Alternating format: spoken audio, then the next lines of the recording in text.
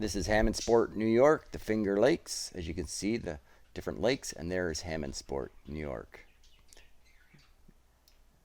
Zoom in and try and find the launch site on the ridge. You can see there's a ridge here, which faces like northwest, northwest, and I can find it by this field right here because there's a nub of trees that come out right here. I follow that to the ridge, and there's the launch areas cut out in the trees. One on the left is the paraglider launch. The one on the right, which is a little more steep and higher, is the hang glider launch. And straight up is north, and it looks like it faces like a northwest.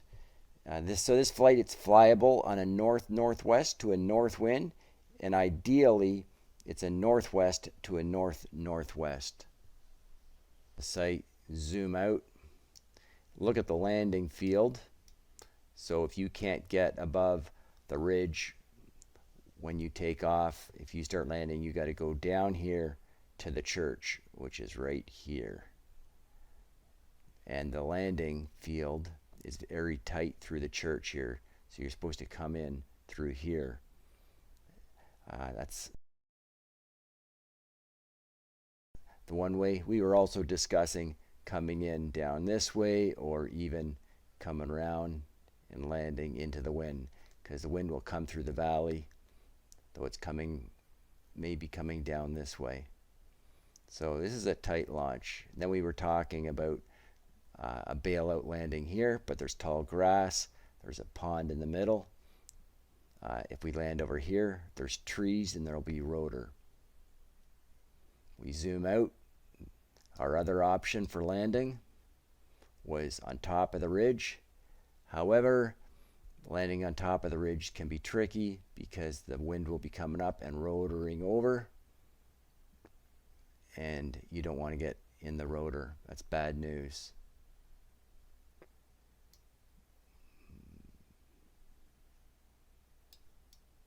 Now, if we look up top here, there's the cell phone tower. You want to avoid that. Gonna do it. We were talking about doing a top landing. Obviously, you got to get further back. Over the ridge, you have to have enough height because you don't want to come in and land in here because there will be lots of rotor. We were talking about landing all the way back here. If you had like 1,000 feet above the ridge, make it way back here, past the road, landing in this field right here. And we also talked about coming in and then landing back here. However, you can see there's a bit of a ridge here, and then there's another one right around here somewhere. So the landing options, they're all tricky. May 31st, Thursday, the Hammondsport main LZ at the church. Don Vermeer. There's the church.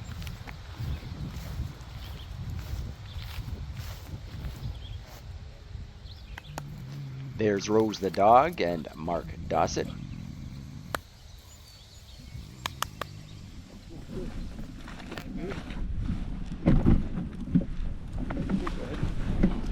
I got it. Both legs loops are through. 2 loops, speeders locked, risers, all look straight, hang distance good. Helmet sewn up. Yep. Parachute, fit seat, parachute, yep, it's okay. You got your leg loops on. Yep.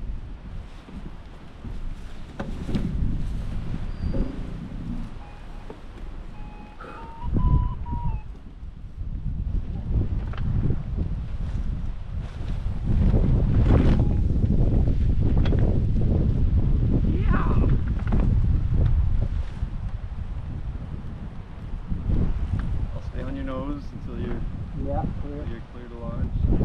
Just give me 1 second to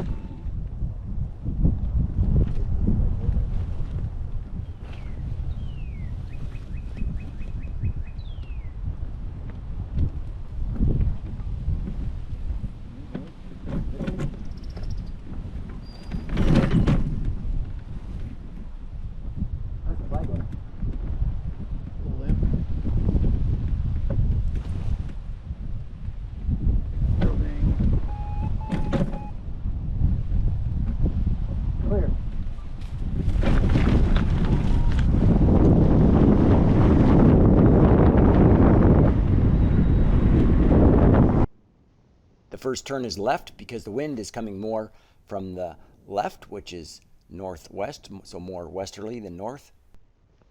The first few seconds are the most crucial because you need to stay above the launch. Otherwise, you need to go directly to the landing field.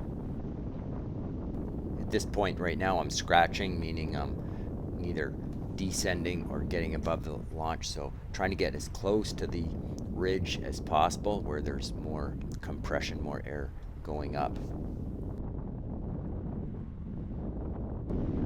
After several passes, I've made it above the ridge, and once you're up at this point here, you're in the clear because there's more lift at this level when you're above the ridge rather than lower on the ridge.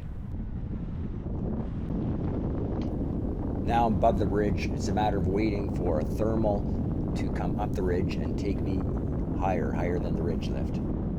This height here is likely the max height of the ridge lift.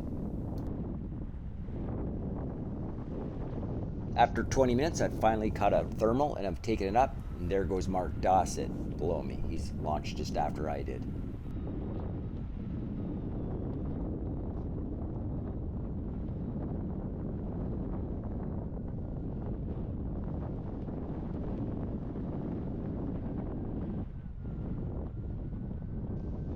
The moment I've been dreading now is the landing.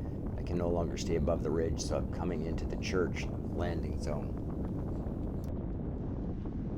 My approach plan is to lose as much height as possible and then come in and land right down there on the pathway of the church, but I'm having trouble losing altitude. I'll start doing some S-turns to lose some altitude.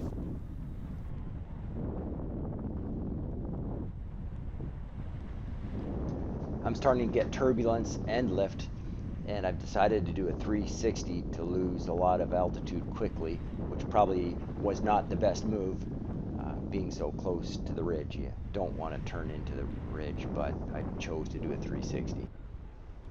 Doing a tight turn in turbulence, I knew I had to do it fast, so I sped up, pulled in, sped up, which increased my speed and momentum.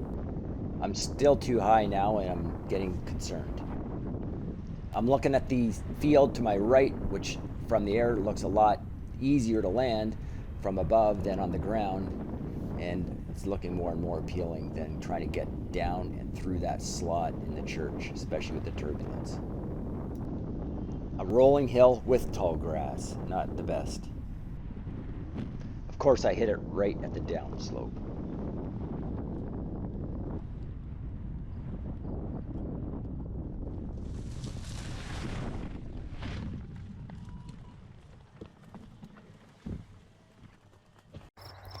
They're there, all three. Mark, Jorn, and another paraglider up there. This is me on the ground. No busted gear, which is good. Bit of a hike. Hammondsport. Now I need to portage my 50-pound glider all the way over there. About half a kilometer through tall brush. Nice.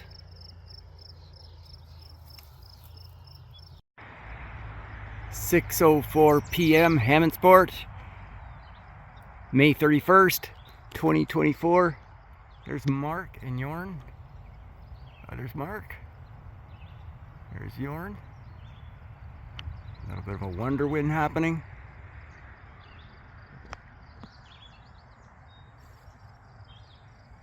There's the ridge. There's the LZ, which is the church, which is pretty tight. And if you look way over there, here's my glider. Way over there. And I gotta carry it back. Well, this is what happens when your landings aren't the most precise.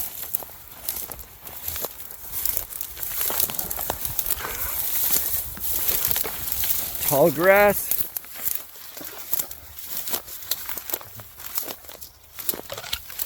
Oh, this is fun.